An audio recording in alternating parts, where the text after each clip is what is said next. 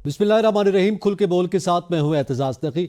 आज के प्रोग्राम में हम जिक्र करेंगे कि आज कौमी असम्बली में जो गुफ्तगू की साबिक स्पीकर कौमी असम्बली असद कैसर ने उन्होंने किन ख्यालात का इजहार किया है, और इसके साथ साथ हम बात करेंगे कि सेनेट की कायमा कमेटी ने जजेस की तादाद बढ़ा दी है। अब ज़ाहिर है उनकी जानब से फैसला किया गया है। ये फैसला किस हद तक जो है आम आदमी के मसाइल और जो मुकदमा था उनको हल कर पाएगा। और इसके साथ साथ इस्लामाबाद हाई कोर्ट ने तोशाखाना 2 केस की समाअत को मुकर्रर करने के लिए भी हिदायत कर दी है। उससे क्या तवक्कुआत वाबस्ता की जा सकती हैं, और साथ साथ पंजाब हुकूमत की कारकर्दगी का भी हम जिक्र करेंगे। पैनलिस्ट में हमारे साथ मौजूद हैं बतूल राजपूत, उमर दराज गोंदल, सलमान अनीस और इब्राहिम अब्बासी। मैं तमाम पैनलिस्ट को वेलकम करूंगा। और बतूल राजपूत साहब, आपसे जानना चाहूंगा कि असद कैसर की यकीनन आपने गुफ्तगू सुनी होगी, तो क्या हम फिर मौसम पे बात करें? तो आप क्या समझती हैं? उन्होंने ये भी ज़ाहिर है, ये भी एतराज़ सामने आया कि जब मियां नवाज शरीफ वहाँ पे मौजूद थे तो वो पार्टी मीटिंग्स भी कर रहे थे। तो क्या वजह है, आप क्या समझती हैं कि बानी पीटीआई के साथ ऐसा सलूक क्यों किया जा रहा है? असद कैसर के इस सवाल का क्या जवाब हो सकता है? देखिए, इमरान खान एक सियासी लीडर हैं, तो जो उनसे मुलाकातें होंगी उनकी नौयत भी सियासी होगी। लेकिन मुझे लगता है कि न बजाय कि हम अडियाला जेल या वहाँ की इंतजामिया पर पहले तनकीद करें, पहले ये समझना बहुत जरूरी है कि पाकिस्तान तहरीक इंसाफ की जो प्राइम लीडरशिप है वो वकला है, और वो नहीं समझ पा रहे कि उनकी क्या हिकमत अमली होनी चाहिए इमरान खान को बाहर लेके आने पे, या उनका नया नैरेटिव क्या होना चाहिए। तो चूंकि पीटीआई के अंदर बहुत टूट फूट है और उन्हें खुद कोई रास्ता समझ नहीं आ रहा, तो इसलिए हर वो छोटी मुश्किल जो हमने पहले भी पाकिस्तान की पॉलिटिकल हिस्ट्री में एक पॉलिटिकल विक्टिमाइजेशन देखी है, जुल्फिकार अली भुट्टो का तो जनाजा ठीक से नहीं पढ़ाया गया था, तो ये इस तरह के वाकयात होना कि एक सियासी लीडर को सियासी लीडर की तरह ट्रीट ना किया जाना और फिर एक बाइसनेस होना, ये तो पाकिस्तान की हिस्ट्री में रहा है। लेकिन अफसोस की बात यह कि एक सियासी जमात जिसमें जिसका वजीर आजम रहा हो, जिसका अपोजिशन लीडर हो, जिसके इंडिपेंडेंट्स की तादाद किसी भी पार्टी में सबसे ज्यादा हो, वो ना समझ पा रहे हो कि उनकी हिकमत अमली क्या होना चाहिए। मुझे लगता है कि ये एक बड़े तल्ख हकायक हैं जिनका सामना है पाकिस्तान तहरीक इंसाफ को। उनको अपने अंदर जो क्रैक्स हैं उनको एड्रेस करने के बाद एक बाकायदा हिकमत अमली के तहत सामने आना चाहिए, जिसमें सबसे बड़ा दरवाजा बातचीत का होना चाहिए, चाहे उसकी शुरुआत पीटीआई ही क्यों ना हो। देखिए, जिस मुल्क के प्राइम मिनिस्टर हाउस बग्ड हो, तो वहां पे जेल में आप कैसे एक्सपेक्ट करेंगे कि आपको बात करने की आजादी होगी? तो ये तो एक्सपेक्टेशन ही बहुत इमेच्योर है, क्योंकि हमारे मुल्क में आपको याद होगा कि प्राइम मिनिस्टर हाउस तक बग निकल आया था, और जब उसकी तहकीकात हुई थी तो ये पता चला था कि कुछ मिनिस्टर्स के फोन के थ्रू ये सारी कार्रवाई की गई। तो पीटीआई का ये एक्सपेक्ट करना कि उनको एक जमहूरी माहौल मिले जेल के अंदर, वो फिर बड़ी अजीब बात है कि वो हुकूमत में रहने के बावजूद वो सिस्टम को समझ नहीं पाए हैं। बाकी ये जमहूरी इक़्तिदार के बिल्कुल खिलाफ है, सियासी रख रखाव के बिल्कुल खिलाफ है कि अगर एक सियासी लीडर जेल में है और आप उसकी जो मुलाकातें हैं उस पर भी नजर रखे हुए हैं, तो ये उनके उनके बुनियादी इंसानी हुकूक के नहीं खिलाफ बिल्कुल, है। उनका ये एतराज कि मियां नवाज शरीफ भी जेल में रहे, वो पार्टी मीटिंग्स करते रहे, और जो सूरत हाल थी जिसकी जानिब आप इशारा कर रहे हैं वो उस वक्त उनके भी खिलाफ थी। अब मैं सुन नहीं पाई, क्या कह रहे हैं कि नवाज शरीफ जब जेल में थे तो सियासी मीटिंग्स तो वो तो करते थे, पार्टी और आपको मीटिंग्स भी क्या? कर रहे थे जी, ये कहा जा रहा है। जी, मैं आपको एक हवाला देती हूँ। चौधरी शुजात ने एक किताब लिखी है, रिसेंटली 2 साल पहले पब्लिश हुई है। उसमें चूंकि चौधरी शुजात बहुत क्लोजली काम करते रहे नवाज शरीफ और उनकी फैमिली के साथ, उनका एक सियासी रिलेशनशिप रहा, उसमें उन्होंने ये वाकया बाकायदा कोट किया है कि जब नवाज शरीफ की डील हो रही थी कि वो जद्दा चले जाते हैं और परवेज रशीद और उनके बाकी क्लोज एड्स जिन्होंने उनके लिए जेलें काटी बाद में जाके, उनको बताए बगैर नवाज शरीफ ने डील की थी, उनको बताए बगैर नवाज शरीफ और उनकी फैमिली मीटिंग्स कर रहे थे। उनके पेपर वर्क हो रहा था मुल्क से बाहर ट्रेवल करने के लिए। तो ये तो वो लोग जो नवाज शरीफ के साथ सियासत करते रहे, वो ये कह रहे हैं कि जब नवाज शरीफ जेल में थे भी तो वो अपना एक बाकायदा सियासी मुस्तकबिल के ऊपर अलग से होमवर्क कर रहे थे। तो मुझे लगता है कि ये कोई नई चीज नहीं है जो आप कह रहे हैं। सही है। हर सियासी लीडर ने जेल के अंदर पॉलिटिकल अपॉर्चुनिटीज का फायदा उठाया है। इमरान खान को भी उठाना चाहिए। इमरान खान को चाहिए कि वो अपनी सियासी ईगो से बाहर निकले और वो देखें कि जो मिलियंस लोग उनसे एक्सपेक्ट कर रहे हैं कि वो पाकिस्तान में कोई चेंज लेके आएंगे, वो उसके मुताबिक बिहेव करें। ये लेकिन बड़ी जब तक वो अहम ये बात की है समझे कि आपने। वो इमरान खान है और पार्टी सिर्फ उनसे है और उनकी एक इनफरादियत है, तो फिर आई एम सॉरी, फिर यही रहेगा। क्योंकि थोड़ा सा झुकना पड़ता है सियासत में, आपको झुकना पड़ता है। एक हम्बलनेस, एक डिप्लोमेसी बहुत जरूरी है। आप वो नहीं करेंगे तो पाकिस्तान में फ्रेंच रेवोल्यूशन आप एक्सपेक्ट नहीं कर सकते, हमारी डायनामिक्स बिल्कुल अलग है। बट आई बिलीव कि ये इमरान खान को बार बार सिस्टम ने अपॉर्चुनिटी दी है, but for some reason he is not able to capitalise on the opportunity. ठीक है, वो पॉलिटिकल ईगो की आप बात कर रहे हैं, वो एक आप समझती हैं। अच्छा, इसके साथ साथ उमर दराज गोंदल मैं आपसे जानना चाहता हूँ, असल कैसर ने सिर्फ ये बात नहीं की बल्कि उन्होंने ये भी कहा कि मरियम नवाज साहबा वज़ीर आला पंजाब जब भारतीय पंजाब से बात करने की बात करते हैं तो बड़ा असर आ जाता है, और केपीके का वज़ीर आला अगर अफगानिस्तान से बात करने की बात करता है तो बड़ा शोर मचाया जाता है। तो ये दोहरा मेयार क्यों है? कितनी हद तक उनका ये सवाल दुरुस्त है? अच्छा, एक तो ये बात जिस तरह बदूल साहबा कह रही थी और बाकी आपकी भी राय है या वैसे कि इमरान खान से आप क्या तवक्को रखते हैं कि वो ग्रॉसरी के ऊपर बात करेंगे, आप क्या तवक्को रखते हैं कि वो कोई पेंट के ऊपर बात करेंगे, दरवाजों के या घरों के नक्शों के ऊपर बात करेंगे? वो पॉलिटिकल लीडर है और वो एक हकीकत है। तो मेरा नहीं ख्याल कि एक मुनासिब बात है कि आप इसके ऊपर बात करें कि वो सियासी मुलाकात नहीं होगी। इमरान खान के जो लोग जा रहे हैं उनसे मिलने, वो भी सियासी लोग हैं और वो इमरान खान की बुनियाद के ऊपर जीत के आए हैं। तो मेरा ख्याल है ये एक बड़ी गैर मुनासिब चीज है और हमारे सियासतदानों को तमाम को ये देखना चाहिए। हमारे एक साइकिल चलता है, आज तहरीक इंसाफ है, आज से थोड़ा सा पहले नवाज शरीफ साहब थे, और अगर माजी के तजर्बात को देखा जाए तो ये गलत बात है, होना तो नहीं चाहिए, लेकिन होता ऐसा ही है कि आज जो साहिबान इक़्तिदार है, कल को वो शायद उनकी जगह के ऊपर होंगे और ये पाबंदियां, और फिर वो तहरीक इंसाफ से मुतालबा कर रहे होंगे कि आप ये क्या कर रहे हैं, सियासत के ऊपर पाबंदियां लगा रहे हैं। तो ये नहीं होना चाहिए। खुले दिल का मुजाहरा करें, खुल के मुकाबला करें, बाकी अवाम पे छोड़ दें। अगली बात जो उन्होंने की, देखिए मैं आपको एक तारीखी पस मंजर इसका बताना चाहता हूँ। अगर आपको याद हो, जब मुत्तहिदा पाकिस्तान था, बांग्लादेश नहीं बना था, तो वहां से कुछ मुजीबुर रहमान ने कुछ निकात की बात की थी। तो हमारे खदशात का इजहार ये था कि ये कह रहे हैं कि हम बैनुल अक़वामी दुनिया से मुआहदे करना चाहते हैं उस सूबे की बुनियाद के ऊपर, तो ये तो जाके इंडिया से मिल जाएंगे या ये तो पाकिस्तान से अलग हो जाएंगे। तो हमने वो बात नहीं मानी। लेकिन 18वीं तरमीम में इस मसले का हल निकल चुका है। 18वीं तरमीम के अंदर सूबे बराह रास्त किसी दूसरे मुल्क से बातचीत भी कर सकते हैं, कॉन्टेक्ट भी कर सकते हैं। उसकी मैं मिसाल देना चाहता हूं। आप मुझे ये बताइए कि लाहौर के अंदर चलने वाली जो ऑरेंज लाइन ट्रेन है या मेट्रो ट्रेन है या वहां के जो बैंक्स के साथ कॉन्ट्रैक्ट्स किए हैं, क्या वो विफाकी हुकूमत के थे या वो सूबाई हुकूमत के थे? क्या बहुत सारे मामलात के ऊपर आप नहीं देखते कि पंजाब और चीन डायरेक्टली बात करते हैं या होता है? तो इसमें कोई कबाहत नहीं है। अगर हमारी पंजाब के अंदर जो चीफ मिनिस्टर है वो ये बात कर रही है कि हमें इंडियन पंजाब से बात करनी चाहिए, तो हमारा बड़ा सीरियस इशू है। हमें लाहौर में सांस लेने में मुश्किल का सामना है, तो उसमें कोई बुरी बात नहीं है कि आप इंडिया के चीफ मिनिस्टर को खत लिखे, उन्हें कहें भाई आए कोई जॉइंट फ्रेमवर्क तय करते हैं, उसमें बैठ के बात कर लेते हैं। हमारी तरफ से क्या इकदाम होने चाहिए, या इशू आप है, आपकी वजह से है या हमारी वजह से है, तो उसका मसले का हल निकल आना चाहिए। उसी तरीके से देखिए, दुनिया के अंदर होता ही है कि मुल्कों की दो तरह की पावर्स होती हैं, कुछ सॉफ्ट पावर्स होती हैं, कुछ हार्ड पावर्स होती हैं।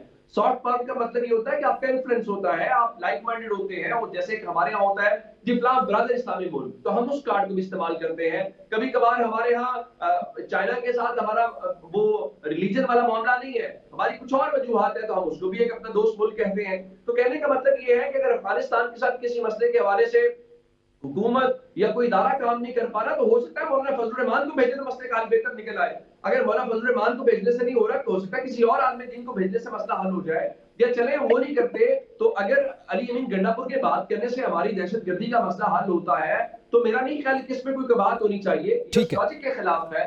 और जब आप 18वीं तरमीम के बाद ये चीजें तय कर चुके हैं, आप कहते हैं कि अमन अमान का मसला सूबाई हुकूमत का है, तो सूबाई हुकूमत का मसला है तो फिर उनका इख्तियार है। ठीक है, मेरे ख्याल से दोनों चीजें जो है दोनों वक्तों के अंदर मुनासिब नहीं है, दोनों के ऊपर तनकीद नहीं होनी चाहिए, दोनों की इजाजत होनी चाहिए। ठीक है। अच्छा, फिर दिलचस्प बात यह है, ये एक दूसरे पे ये तनकीद की जाती है। अच्छा, दूसरी जानिब सलमान साहब, आप क्या समझते हैं?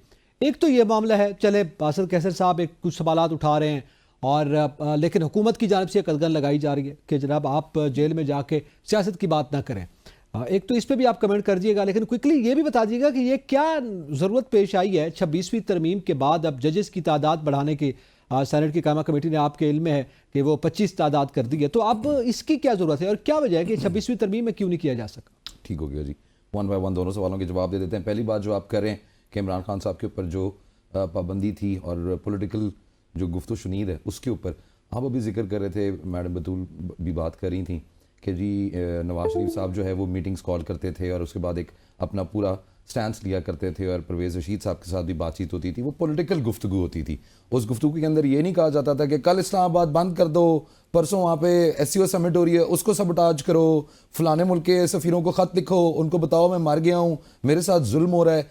दोनों चीज़ों में फ़र्क है। अगर खान साहब पॉलिटिकल मीटिंग करना चाहें और अपने जो उनके पार्टी के लोग हैं और ओहदेदारान हैं उनके साथ कोई बात करना चाहें, मुशावरत करना चाहें, तो वो बिल्कुल कर सकते हैं। लेकिन वो ये नहीं ना करते, वो सियासत नहीं करना चाहते, वो इंतशार फैलाना चाहते हैं। वो कहते हैं कि मुल्क को सबोटाज करो, इकॉनमी को सबोटाज करो, इस हुकूमत को ना चलने दो क्योंकि ये फॉर्म 47 की गवर्नमेंट है। तो ये इंतशारी सोच की वजह से गालिबन उनके ऊपर ये महीना पहले हुकूमत ने बहुत अक्लमंदाना काम किया था कि इनकी जो ये बयानबाजी है उसके ऊपर पाबंदी लगाई थी। I think it should continue, क्योंकि खान साहब कोई ऐसी चीज़ कंट्रीब्यूट नहीं कर रहे थे, ना कर रहे हैं पाकिस्तान की वेलबींग में या यहाँ के लोगों की वेलबींग में या इकॉनमी की वेलबींग के अंदर, जिसकी वजह से ये पाबंदी थी। तो please don't compare oranges with apples, that's one. दूसरी जो आप बात करें हम सुप्रीम कोर्ट के अंदर जजेस की तैनाती की और ये जो बैलेंस है, मैंने तो आपको पहले भी कहा था जिस वक्त ये 26वीं आईनी तरमीम जो है वो आई थी कि कौम जो है वो सीट बेल्ट बांध ले और उसके बाद एक और नए सर्कस के लिए तैयार हो जाए। तो अब वो जिस सर्कस का हमने जिक्र किया था वो सुप्रीम सर्कस जो है वो इस वक्त जारी व सारी है। अब वो सारी तरमीम करने के बाद हुकूमत को ख्याल आया कि ओहो ये तो चीज़ें अभी भी हमारे कंट्रोल के अंदर नहीं है। जस्टिस याहिया आफरीदी ने जिस तरीके से अपने बाकी साथी जो जजेस हैं उनको लेकर चलना शुरू किया और जो एंटीसिपेटेड था कि जस्टिस मुनीब अख्तर या जस्टिस जो है मंसूर अली शाह वो इस्तीफ़ा दे देंगे और वो जो 8 का एक जो है ना एक ग्रुप बना हुआ है सुप्रीम कोर्ट के अंदर, उसका बैलेंस ज़रा ख़राब हो जाएगा तो इनके लिए अपने फैसले मंजूर कराने या पास कराने ज़रा आसान हो जाएंगे। तो वो चीज़ खाम ख्याली साबित हुई गवर्नमेंट की, क्योंकि जितनी जल्दी के अंदर उजरत के अंदर ये सारा का सारा मामला किया था, किसी ने डिटेल्स पढ़ने की जो है ना उसके ऊपर तौफीक ही नहीं की और इतने सारे उस 26वीं आईनी तरमीम के अंदर लूप होल छोड़े हुए हैं जो अभी आहिस्ता आहिस्ता जैसे जैसे हम चलते जाएंगे इन तरमीम के ऊपर इसके ऊपर अमल होना शुरू होगा तो हमें पता लगेगा कि ये तो वो तरमीम ही नहीं है और इसका कोई फ़ायदा ही नहीं है और इसकी वजह से हमने एक नया पेंडोरा बॉक्स खोल लिया है। जैसा कि अब ये जो जजेस की तैनाती है ये अब आपको नंबर बढ़ाना पड़ेगा ताकि वो जो 8 का ग्रुप है उसको किसी तरीके से इन्फ्लुएंस करें और उसके बाद आप अपने जो मर्जी के जजेस हैं उनको तैनात कर सकें और अपनी मर्जी के फैसले ले सकें। तो वो सियासत जो ऐवान इक़्तिदार के अंदर या पार्लियामेंट में रहनी थी, कौम को मुबारक हो, अब आपकी जुडिशरी में भी है। अच्छा, अब इसी सूरत हाल में इब्राहिम आपके नज़दीक ये जिक्र कर रहे हैं सलमान अली साहब, ये बात सेनेटर कामरान मुर्तज़ा ने की और आपके इल्म है सेनेटर कामरान मुर्तज़ा की जो शिक़ें थी वो भी 26वीं तरमीम में शामिल हैं, उन्हें इत्तेहादी बनकर इसे पास करवाया। लेकिन अब वो तादाद के हवाले से वो कह रहे हैं कि हुकूमत अपनी मर्जी के जजेस लाना चाहती है। एक तो क्या तवक्को की जा सकती है और दूसरा इसी के साथ ही ज़रा ये जो कमेटी में जो कुछ हुआ उसमें इस्तफसार किया गया कि क्या वजह है कि चेयरमैन कमेटी ने पूछा कि सेक्रेटरी कानून से कि आप बताएं कि 60,000 मुकदमात अखबार बताता है, आप नहीं बताते, तो उन्होंने कहा जी मुझे वक्त दे दे मैं बता दूंगा। तो इससे क्या तवक्को की जा सकती है कि हमारे जो अफसरान बाला हैं या जो जिम्मेदारान हैं उनके पास ये नेट इन्फॉर्मेशन ही मौजूद नहीं है और उसके लिए वो वक्त मांगा जा रहा है कि सिर्फ ये नंबर क्या है हमारे मुकदमात का, तो फिर केसेस का तो अल्लाह ही हाफिज है, उसमें पता नहीं कितनी सदियां हमें इंतजार करना पड़ेगा फैसला आने का।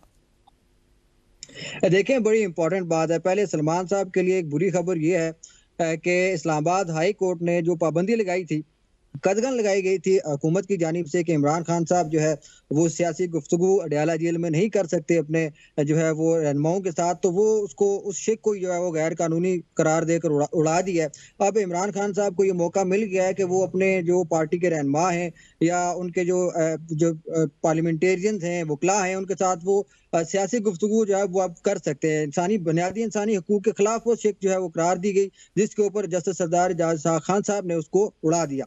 अब दूसरी जो चीज़ आपने बात की कि जो जजेस हैं उनकी तादाद बढ़ाने की बुनियादी जो और बड़ी वजह जो है वो ये बताई जा रही है हुकूमत की जानिब से कि 60,000 केसेस हैं तो वो जो है मुकदमात की मजीद इजाफा हो रहा है सुप्रीम कोर्ट के अंदर, तो इस वजह से हम जजेस की तादाद बढ़ा रहे हैं। दूसरी तरफ अगर आप देखें इस्लामाबाद हाई कोर्ट के अंदर ही सिर्फ 10,000 से ज्यादा मुकदमात हैं और पूरे पाकिस्तान के अंदर तकरीबन 6 से 7 लाख से ज्यादा इस तरह के मुकदमात हैं जो एक अदालत से दूसरी अदालत में शिफ्ट होते हैं लेकिन वहां पे उनकी तारीख ही नहीं लगती, वो समाअत के लिए मुकर्रर नहीं होते। और दूसरी चीज, इस तरह आपने बात की कमेटी में कि वो जो हुकूमत है उनको पता ही नहीं है मुकदमात में, इसमें हकीकत में इनको कोई पता नहीं है। आप लाहौर हाई कोर्ट देखें, जो सिंध हाई कोर्ट को अगर आप देखें, पेशावर हाई कोर्ट को देखें, कोयटा हाई कोर्ट को देखें, या बलूचिस्तान हाई कोर्ट को देखें, इस्लामाबाद हाई कोर्ट को देखें, 50 के ज्यादा ऐसे जजेस हैं जिनकी तैनाती वहां पे होनी चाहिए, लेकिन अभी तक वहां उनकी जजेस की तैनाती ही नहीं की गई। यहाँ से आप गवर्नमेंट का जो एक किस्म का आप देख लें, सोच आप उनकी देख लें कि जो लोअर जुडिशरी से कई मुकदमा, हजारों मुकदमा, जो लाखों मुकदमा में समझता हूँ ऐसे होंगे जो हाई कोर्ट में ही खत्म हो जाएंगे, वो सुप्रीम कोर्ट के अंदर आएंगे ही नहीं। लेकिन ये काम हुकूमत ने नहीं करना। हुकूमत ने जजेस के ऊपर अदारों को लेके इस वक्त जो पीडीएम गवर्नमेंट है बनी हुई है, ये अपने मफादात हासिल करने के लिए ऐसे जाहिर हो रहा है वो अदलिया को भी इस्तेमाल कर रही है, अपनी मर्जी से कानून साजी कर रही है, और अपने जो जहाँ पे प्राइम मिनिस्टर को फायदा हो रहा है, हुकूमतों को फायदा हो रहा है। आपने देखा जिनके ऊपर फर्द जुर्म जिस दिन आयद होनी थी उस दिन वो आके वज़ीर आज़म का हलफ उठा रहे थे।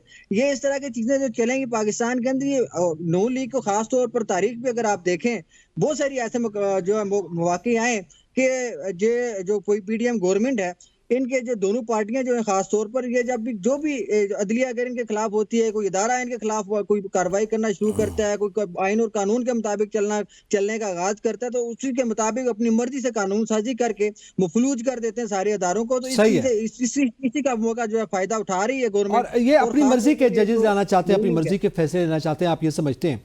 बतूल, आप क्या समझती हैं कि एक जानिब तो जाहिर है यही सूरत हाल है, और फिर आप मौलाना साहब का ज़ाहिर 26वीं आईनी तरमीम में जो रोल था उसमें आज सेनेटर कामरान मुर्तज़ा फिर ये तादाद के हवाले से जो है वो एतराज़ कर रहे हैं, तो क्या हम कह सकते हैं कि क्या उनके साथ कोई हाथ हो गया?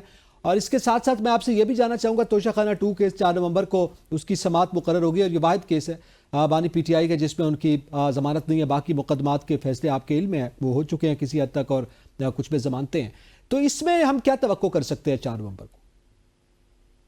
देखिए, जो जहाँ तक जजेस की तादाद की बात है, इसके ऊपर हमने पहले भी बहुत एक्सटेंसिवली काम किया, और ये सुनने में बहुत ऑकवर्ड लगता है कि क्यों जजेस की तैनाती हो रही है। इसकी 2 वजूहत है। एक तो एक तकनीकी वजह है कि एक वाकई ही जरूरत होती है एडहॉक जजेस की, इसीलिए कानून में ये टर्म है और इसकी यूटिलाइजेशन होती है। लेकिन नून लीग का एनिग्मा ये रहा है कि जब से नवाज शरीफ की लाइफ टाइम डिस्क्वालिफिकेशन वाला फैसला रिवर्स हुआ, उसके बाद से नून लीग ने जो भी कानूनी इकदाम उठाने की कोशिश की, पार्लियामेंट के थ्रू या बंगाल कोर्ट के खिलाफ और उसके बाद प्रेसिडेंट CJ के थ्रू, वो इतने क्वेश्चनेबल थे कि नून लीग कभी डिफेंड नहीं कर सकती कि वो वाकई कानून के लिए कर रहे हैं और इसमें कोई सियासी फायदा नहीं है। और ये एडहॉक जजेस की जो अपॉइंटमेंट है, ये हरगिज काबिल एतराज नहीं है, लेकिन इसकी टाइमिंग, जिस तरह नंबर ऑफ जजेस अपॉइंट हो रहे हैं, जो उनका एक टेन्योर डिफाइन हो रहा है, वो बहुत क्वेश्चनेबल है। और दूसरी बात ये कि मैं आपको याद करवा दूं कि कुछ दिन पहले यूनाइटेड नेशंस की ह्यूमन राइट्स की कमेटी में पाकिस्तान का एक वक्त शरीक हुआ था, और ये प्रोबेबली उस दिन की बात है जब लास्ट टाइम सेनेट और नेशनल असेंबली का इजलास हो रहा था, और उस वक्त हम एक्सपेक्ट कर रहे थे कि आज 26वीं आईनी तरमीम के हवाले से बहुत बड़ी पेशरफ्त हो जाएगी। उसी दिन एक कमीशन था, और उसने पाकिस्तान के एक वक्त से पूछा कि हमें इस 26वीं आईनी तरमीम के हवाले से जो पॉलिटिकल पार्टिसिपेशन है वो बहुत कम नजर आ रही है, और उन्होंने PTI की भी निशानदेही नहीं की, ओवरऑल बात की, और हमारे वक्त के पास कोई जवाब नहीं था। और उन्होंने आगे से सिर्फ ये कहा कि चूंकि केसेस पेंडिंग है, इसलिए हमें ये आईनी तरमीम पास करनी पड़ी है। और अगर तो कहने का मतलब ये कि इतना कन्विंसिंग जवाब नहीं दिया पाकिस्तानी वक्त की तरफ से। पेंडेंसी का इशू नहीं है, देखिए पेंडेंसी तो लोअर कोर्ट्स में बहुत ज्यादा है, लाखों की तादाद में केसेस हैं, और वो जो केसेस हैं वो कब से पाइल अप हो रहे हैं, वो इफ्तिखार मोहम्मद चौधरी साहब के दौर से पाइल अप हो रहे हैं। ना वो बंदयाल कोर्ट ने उनको सॉर्ट किया, ना काजी फायजीसा साहब के कोर्ट ने उनको सॉर्ट किया। तो पेंडेंसी का मामला हरगिज नहीं है। आपके तो सिर्फ 50,000 केसेस हैं सुप्रीम कोर्ट के, और बदकिस्मती से ये फिगर भी 2 साल से चल रहा है, इसमें एक नंबर भी आप नीचे नहीं आया। तो इसकी वजह ये कि इसमें सिर्फ पॉलिटिकल अपॉर्चुनिटी है नून लीग के लिए, ये एक इसको कंप्लीटली पॉलिटिसाइज करें। और जो पेंडेंसी वाला मामला है, उसमें आप पहले लोगों को राइट्स दें ना। आपने ये तो कह दिया कि आर्टिकल 184(3) को स्पेसिफिकली कमेटी देखेगी, लेकिन अगर वो स्पेसिफिकली कमेटी देखेगी, उसी ने इंटरप्रिटेशन करनी है, उसी ने मफादे आमा के केसेस करना है, उसी ने ही पार्लियामेंट को लुक थ्रू करना है, तो फिर पार्लियामेंटेरियंस ने क्या करना है, आवाम को जाके एड्रेस कौन करेगा?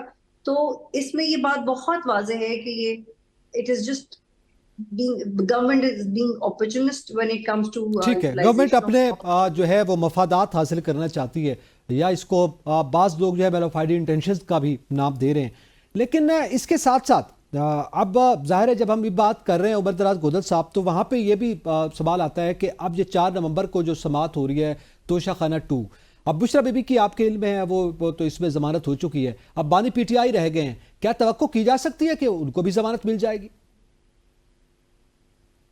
देखिए, मैं आपको एक लॉ का नुक्ता बता देता हूं जिसको हम रूल्स ऑफ कंसिस्टेंसी कहते हैं, जिसका मतलब ये होता है कि अगर एक केस हो, उस केस के अंदर एक से ज्यादा एक्यूज्ड हो, तो एक रिलीफ जब किसी को मिलता है तो दूसरा भी उसके लिए क्वालिफाई करता है, जैसे जमानत हो या कोई और मैटर हो। लेकिन इस पे आज एक सवाल हुआ और अदालत की, चूंकि मैं प्रोसीडिंग्स फॉलो कर रहा था, तो उसमें जस्टिस गुल हसन औरंगजेब के सामने जब ये पॉइंट आया, क्योंकि पहले तो बात ये थी कि इतराज ये आया कि वकालतनामे का मामला था वो जुलाई का था और उनका जी जो कॉज ऑफ एक्शन है वो नवंबर का है। तो वो शाह बाबर साहब ने उनको बताया कि आमतौर पर ऐसा होता है कि जब कोई खासकर मुलजिम जेल में हो तो फिर ये भी होता है कि शायद वो मुलाकात ना हो पाए, तो एक से ज्यादा वकालतनामे करवा लिए जाते हैं दस्तखत, ताकि बवक्त जरूरत काम आए। इसमें फिर वो जो मैं आपको बता रहा हूँ कि कंसिस्टेंसी वाला रूल है, वो बात आई तो उनका देखिए जो उस वक्त क्या प्ली ली गई थी कि उनके खातून होने का, तो खातून होने की बुनियाद के ऊपर उनको जमानत मिली है। तो रूल्स ऑफ कंसिस्टेंसी शायद एक नुक्ता नजर आ रहा है, ये कोई अदालत की कंक्लूजन तो नहीं है, एक ऑब्जर्वेशन या रिमार्क्स थे। तो मेरा ख्याल ये है कि ये जमानतें इस बुनियाद के ऊपर नहीं होनी कि इसमें कानून कितना है या एक मेरिट कितना है। मैं उसकी एक मिसाल तारीखी हवाले से देता हूँ कि हुआ ये कि जब नवाज शरीफ साहब के ऊपर केस बने हुए थे तो उनके वकील ख्वाजा हारिस जो थे, तो उन्होंने एक बार उन्हें कहा, ये कहीं से मेरे पास बात पहुंची, तो उनका आपका केस तो बस एक पेशी का मार है, लेकिन मसला ये है कि ये पेशियों से मसले हल होने नहीं है। तो इमरान खान अगर आप ये कहें कि हो सकता है आप इस पे भी सवाल उठाएंगे केस बनता है कि नहीं बनता, एक ही जैसा केस दूसरी बार जिसमें पहले वो सजा भुगत रहे हैं। तो असल बात यह है कि जब तक कहीं और मामला नहीं होंगे या कहीं और से रोका नहीं जाएगा, फिर चीजें बनती जाएंगी। अगर यहाँ से जमानत हो भी गई तो किसी और केस में गिरफ्तारी हो जाएगी। तो अगर ये कह दें हम कि जनाब ये जमानत हो जाएगी तो इमरान खान रिहा हो जाएंगे, ये हो सकता है ऐसा ही हो सकता है ऐसा ना हो, हमें उसके लिए इंतजार करना पड़ेगा। लेकिन बहरहाल हो सकता है कि अदालत इसमें जमानत दे दे। अगर जमानत वाली बात हुई तो आप देखेंगे कि चंद घंटे पहले या चंद दिन पहले ही गिरफ्तारी डाल दी जाएगी, और गिरफ्तारी डालेंगे उसके साथ ही जेल से रिमांड होगा और ये सिलसिला आगे चलता रहेगा। ठीक है, अब जाहिर टेक्निकल से ज्यादा जो आप जिनका जिक्र कर रहे हैं उसका पॉलिटिकल जो पहलू है वो ज्यादा नुमाया है, और जाहिर है सियासी तौर पर जो सियासी मुकदमात जिनका हम जिक्र करते हैं, इसी में सलमान आप क्या समझते हैं? एक तो इन केसेस के हवाले से, तवक्कुआत के हवाले से आपकी क्या राय है या आपकी जो माहिराना प्रेडिक्शन है? और इसके साथ साथ मैं आप ही से ये सवाल आपके सामने रखता हूँ, ये पंजाब का माजरा है, हम रोज़ सुनते हैं कि पंजाब हुकूमत जो है वो मुख्तलिफ प्रोजेक्ट्स लॉन्च कर रही है, बड़ी मेहनत की जा रही है, बड़े मंसूबे लाए जा रहे हैं और पंजाब से दीगर सूबों को सीखना चाहिए। मगर हमारे सामने जो वजारत ख़जाना की अदाद शुमार है उसमें यह बताया जा रहा है कि 150 अरब के मुकाबले 160 अरब रुपए का खसारा, -107% खसारा जो है वो पंजाब का है, जबकि जिन पर तनकीद की जा रही है वो 129% सरप्लस में है। तो ये कैसी परफॉर्मेंस है? यहाँ तो फिगर्स कुछ और कह रहे हैं और ऐलानात कुछ और। बारी बारी बात कर लेते हैं। फिर से पहला सवाल आपका ये है कि खान साहब और ये जो अभी 4 नवंबर को उनकी पेशी होने वाली है, आपसे कई दफ़ा मैंने जिक्र किया है और मैं आपको बार बार मुतअद्दिद बार कह चुका हूँ कि खान साहब नहीं आ रहे भाई बाहर, वो अंदर ही हैं और वो रहेंगे वहीं पे। अच्छा। और जब तक जिस तरह उमर दराज गोंदल साहब ने भी जिक्र किया है, उनके मामलात मुक़तदरा के साथ तय नहीं पाते। वो बकरी चोरी के केस में पकड़े जाएंगे, साइकिल चोरी के केस में पकड़े जाएंगे, लड़की को छेड़ने के केस के अंदर पकड़े जाएंगे। उनको अंदर रखने के लिए तो 1000 बहाने हैं और वो बाहर क्यों नहीं आ रहे और उनकी ये जो मामलात हैं वो क्यों तय नहीं हो पा रहे? इसलिए क्योंकि उनकी जो पॉलिटिकल ईगो है वो बहुत ज़्यादा है।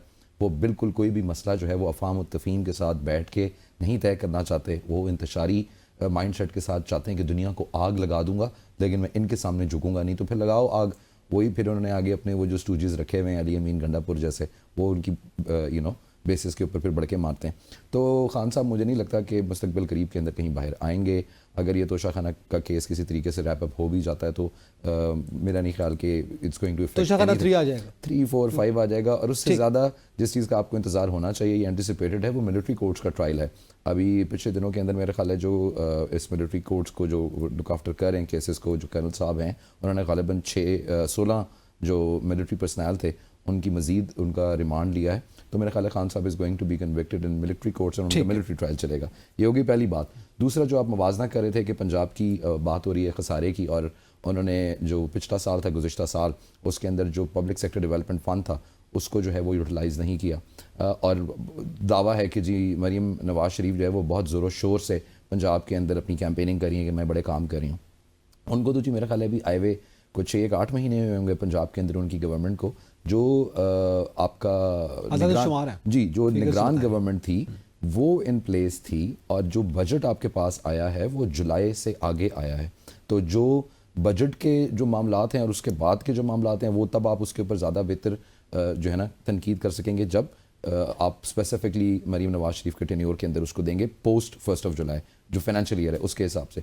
दूसरी चीज़ ये है कि जो पब्लिक सेक्टर डेवलपमेंट फ़ंड की बात है उसके अंदर मेरा ख्याल है अगर आप पंजाब को उठा के देखें तो इसमें वाकई कोई शक नहीं है नकी कि जितनी परफॉर्मेंस मरीम साहिबा की है पंजाब के अंदर और जितना प्रोएक्टिवली वो काम कर रही हैं और मल्टी फेसेड मल्टी डायमेंशनल उनकी परफॉर्मेंस है, वो किसी एक इदारे के ऊपर या किसी एक स्पेसिफिक शोबे के ऊपर नहीं है। आज गालिबन उन्होंने एग्रीकल्चर के लेकिन लिए दूसरी जानिब वाइस वर्सा है ना, दूसरी KPK में तो जानिब तीसरी हुकूमत है ना पीटीआई की, तीसरी हुकूमत है, रिकॉर्ड करप्शन के बाजार वहाँ पे गर्म है, बताएं ना पीटीआई वाले आदोशुमार को देखे ना, मैनिपुलेटेड भी होते हैं सारी चीज़ें, वैसी नहीं होती हैं नकी जैसी आपको नज़र आती हैं। आप खुद जाएं KP के अंदर सर्वे करें और आपको लगेगा पता कि वहाँ पे जो करप्शन के हालात थे वो क्या थे, लोगों का वहाँ पे बेसिक जो इंफ्रास्ट्रक्चर है उसके क्या हालात हैं, वो जो उन्होंने मेट्रो बनाई थी वो किस तरह चल रही है। हम तो इंटरेक्ट करते हैं लोगों के साथ तो we have a very close idea कि जितनी पुअर गवर्नेंस अगर आप 4 सूबों में उठा के देखें KP की है पिछले 13 साल से किसी और सूबे की नहीं रही होगी।